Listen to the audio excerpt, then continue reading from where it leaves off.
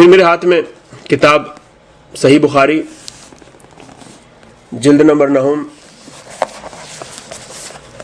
اب کی دفعہ صفحہ نمبر 173 جہاں پر ہم نے یہ روایت ختم کی تھی کہ معاویہ نے کس طرح سے یزید کی خلافت کے لیے پاپڑ بیلے.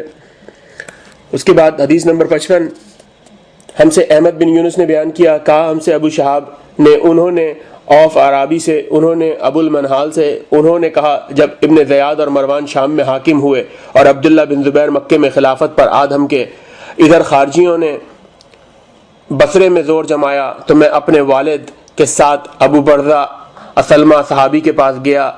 ہم ان کے گھر میں گئے، وہ بانس کے ایک بالا خانے کے سائے میں بیٹھے تھے، ہم بھی ان کے پاس جا کر بیٹھے. میرے والد نے چاہا وہ کچھ باتیں کریں، انہوں نے کہا ابو بردہ نے جو پہلی بات کی وہ میں نے سنی. انہوں نے کہا میں جو ان قریش کے لوگوں سے ناراض ہوں تو محض اللہ کی رضامندی کے لیے، اللہ میرا اجر دینے والا ہے. عرب کے لوگوں تم جانتے ہو پہلے تمہارا کیا حال تھا، یعنی نبوت سے پہلے، جہان بھر کے ذلیل خدائی خوار تمہارا کیا شمار گمراہی میں گرفتار. پھر اللہ تعالیٰ نے اسلام کے طفیل سے اور اپنے پیغمبر برحق محمد مصطفیٰ صلی اللہ علیہ وآلہ وسلم کے صدقے سے تم کو اس بری حالت سے نجات دی، یہاں تک کہ تم اس مرتبے کو پہنچے، دنیا کے حاکم اور سردار بن گئے. پھر اس دنیا نے تم کو خراب کر دیا. دیکھو یہ شخص جو شام میں حاکم بن بیٹھا ہے، یعنی مروان، دنیا کے لیے لڑتا ہے، اور یہ خارجی لوگ جو تمہارے ارد گرد ہیں، جو اپنے تئیں بڑا قاری کہتے ہیں، خدا کی قسم یہ بھی دنیا کے لیے لڑتے ہیں. اور یہ شخص جو مکے میں خلیفہ بن بیٹھا ہے، خدا کی قسم یہ بھی دنیا کے لیے لڑتا ہے. یہ ابن زیاد مردود وہی ہے جو امام حسین سے لڑنے آیا تھا اور جس کے لشکر والوں نے امام حسین کو شہید کیا. یزید نے اس کو بصرے کا حاکم کیا. یہ زیاد بن ابی سفیان کا بیٹا تھا، یعنی یزید کا چچا بھائی. بقول شخص جب یزید ملعون فی النار ہوا تو بصرے والوں نے 15 روز کے لیے اس سے کہا تم ہی حاکم رہو یہاں تک کہ کوئی خلیفہ مقرر ہو. اس کے بعد خلافت کے کئی ٹکڑے ہو گئے. عبداللہ بن زبیر مکے میں خلیفہ ہوئے اور بصرے میں خوارج کا زور ہوا تو ابن زیاد بصرے سے بھاگ کر شام میں چلا گیا، مروان سے جا کر مل گیا. مروان عبداللہ بن زبیر سے بیعت کرنا چاہتا تھا لیکن اس نے منع کیا اور مروان کو خلیفہ بنایا.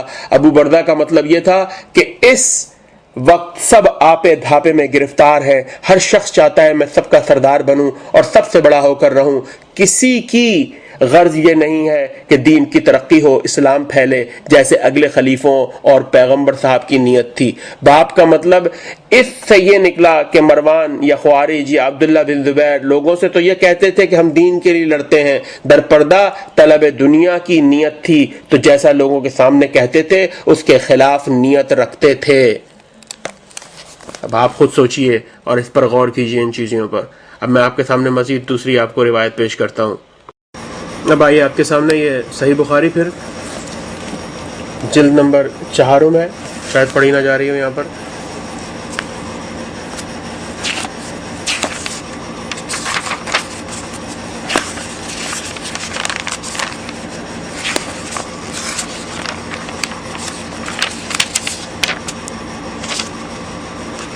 یہ دیکھیں جلد نمبر 4 صحیح بخاری. اب آئیے اس صحیح بخاری کی ہم پارہ نمبر 11 صفحہ نمبر 58 کتاب جہاد و سیر جلد نمبر حدیث نمبر 67 کہتے ہیں ہم سے ابراہیم بن موسیٰ نے بیان کیا، کہا ہم کو عبد الوہاب ثقفی نے خبر دی، کہا ہم سے خالد حذا نے، انہوں نے اکرمہ سے کہ عبداللہ بن عباس نے ان سے اور اپنے بیٹے علی بن عبداللہ سے کہا تم دونوں ابو سعید خدری کے پاس جاؤ اور ان سے حدیث سنو. اکرمہ اور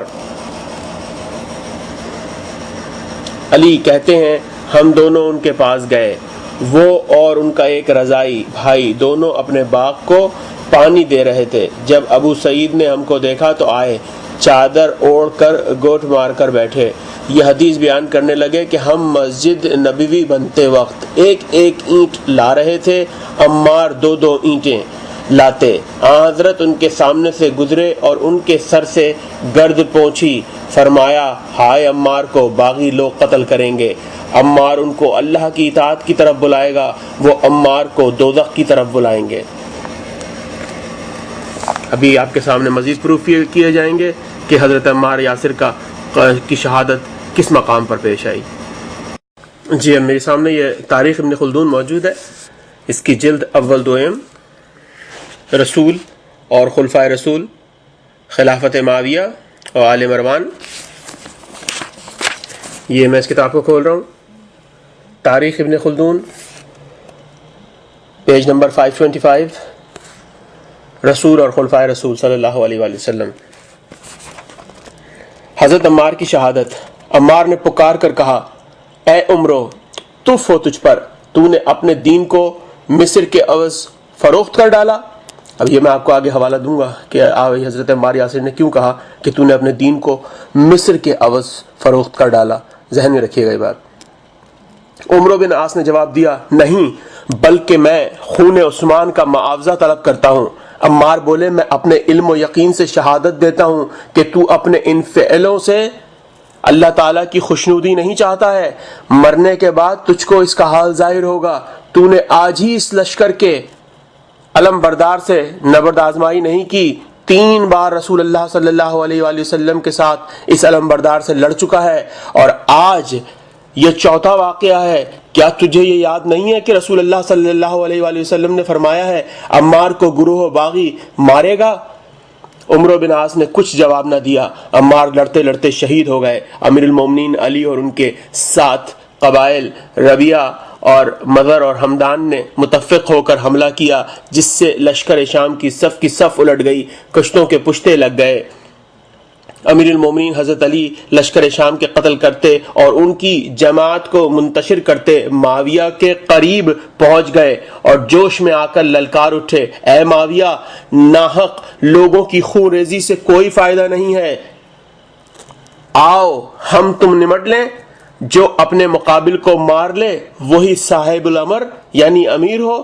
عمرو بن عاص نے معاویہ سے خطاب کر کے کہا یہ فیصلہ تو اچھا ہے۔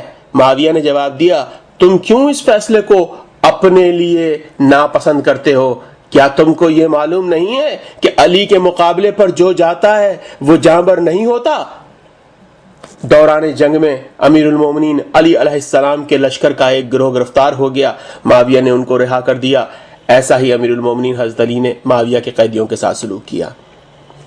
یہ آپ کے سامنے پیش کیا گیا کہ معاویہ خود شریک تھا جنگ میں، اور حضرت علی نے اس کو للکار کر پکارا ہے جنگ کے لیے، اور حضرت عمار یاسر کی شہادت کا واقعہ کہ کس انداز سے شہید ہوئے۔ اب جو بات میں نے کی آپ سے کہ مصر کے عوض فروخت کر ڈالا ہے تو نے اپنے دین کو، حضرت عمار یاسر نے کہا تھا، آئیے میں اس کا حوالہ دیتا ہوں اب آپ کو۔